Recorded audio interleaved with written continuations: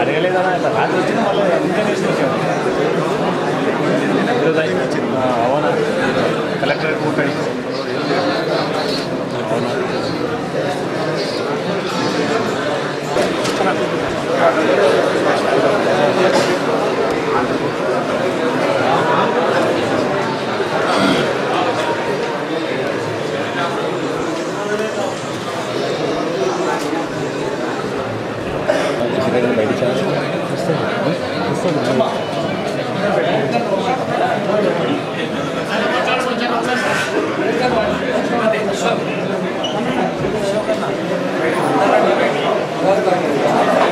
మనం ఒక్కసారి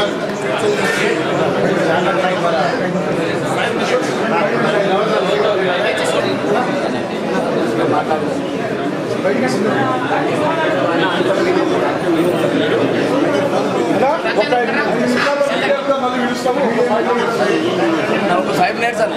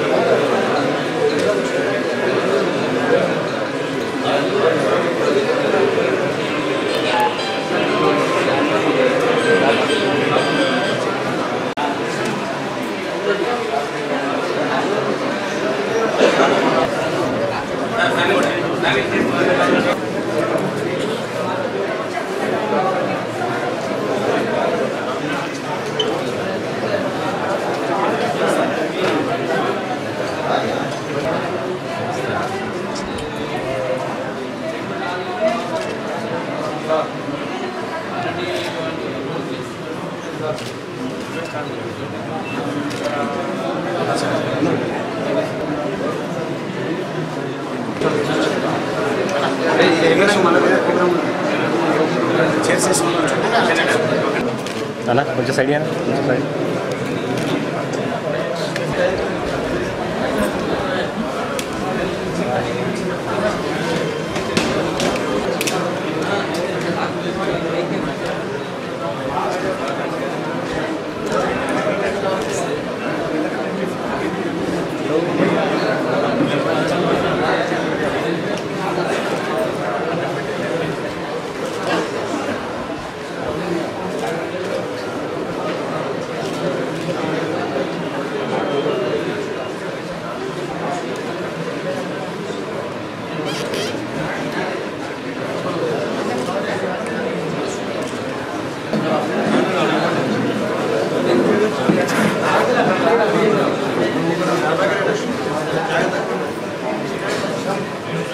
ఎస్ఎస్ ప్రభాకర్ ఉన్నట్టు ఇద్దరు చేసి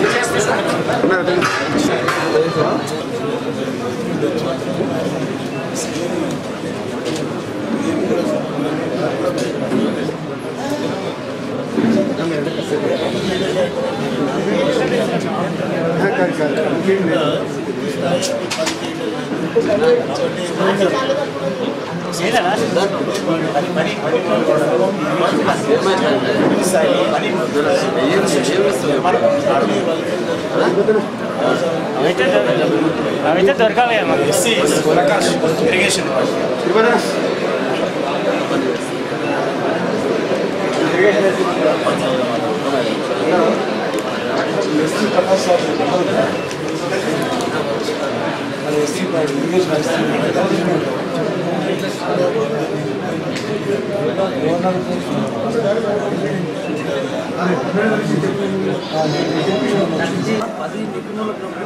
సరే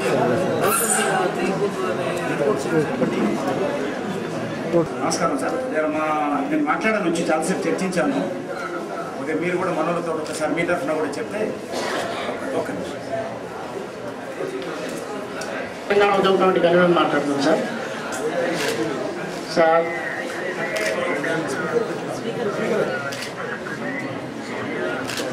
సార్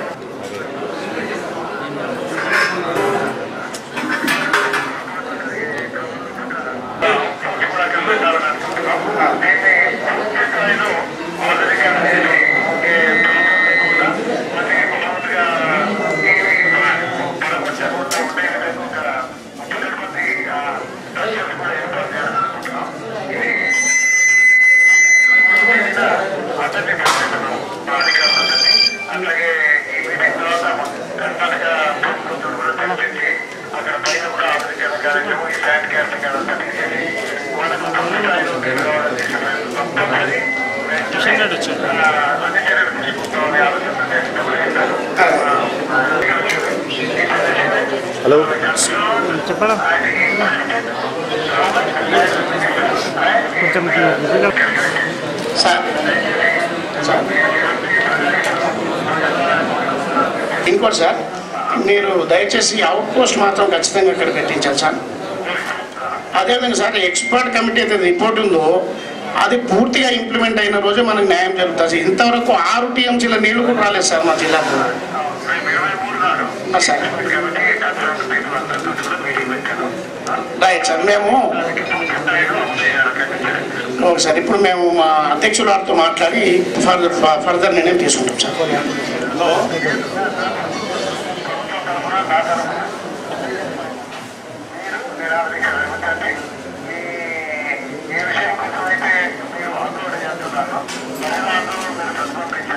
దానికి పూర్తిగా ప్రభుత్వం సహకరిస్తుంది. అటువంటి పురాతన చేస్తామని మరొకసారి మినిస్టర్ గారు, నేను కిషన్ రెడ్డి. అదే ఇప్పుడు మాట్లాడుతున్నాను వాళ్ళతోటి. మీరు మీ మాట ప్రకారం ఇప్పుడు నేను కూడా వాళ్ళని కూడా ఒప్పిస్తున్నాను. మన ఎస్పీ గారిని ఆర్డీఓని కూడా పంపించేస్తే దాని సమస్య పరిష్కారం చేస్తాను. Okay okay okay.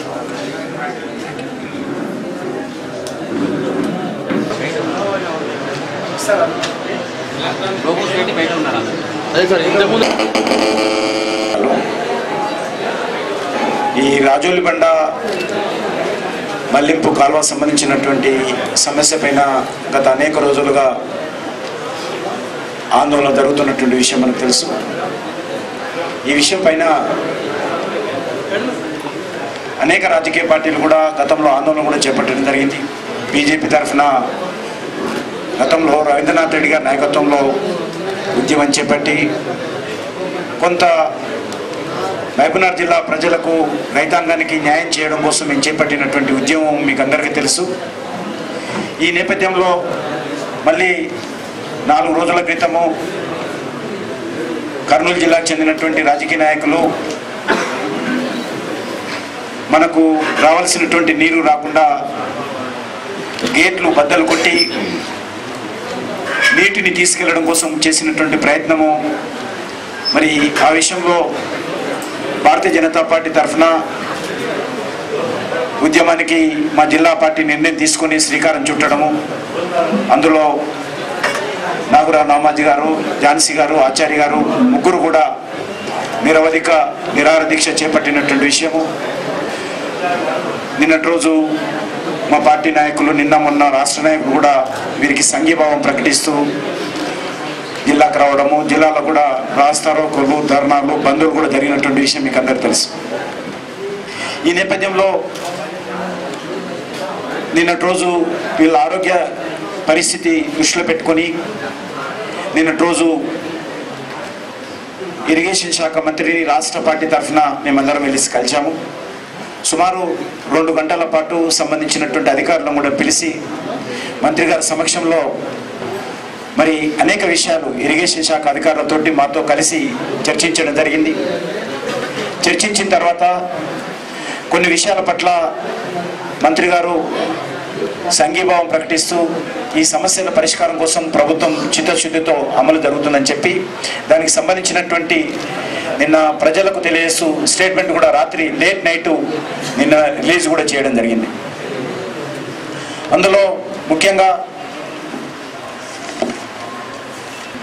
మినిస్టర్ గారు ఇక్కడికి ఫోన్ చేసి గద్వాల్ జోన్కి సంబంధించినటువంటి ఎస్సీ అందులో 88 కోట్లతోటి ఏదైతే ఆధునీకరించాల్సినటువంటి అవసరం ఉందో దాన్ని వెంటనే పనులు ప్రారంభించే విధంగా చర్యలు తీసుకుంటామని చెప్పారు. 88 crores తోటి ఈ ఆర్టీఎస్ ప్రాజెక్టును ఆధునీకరించడం కోసం చర్యలు తీసుకుంటామని చెప్పారు. అదేవిధంగా కర్ణాటకకు సంబంధించినటువంటి ఇరిగేషన్ మినిస్టర్ తోటి అతి త్వరలో అక్కడ అధికారులు, ఇక్కడ అధికారులు,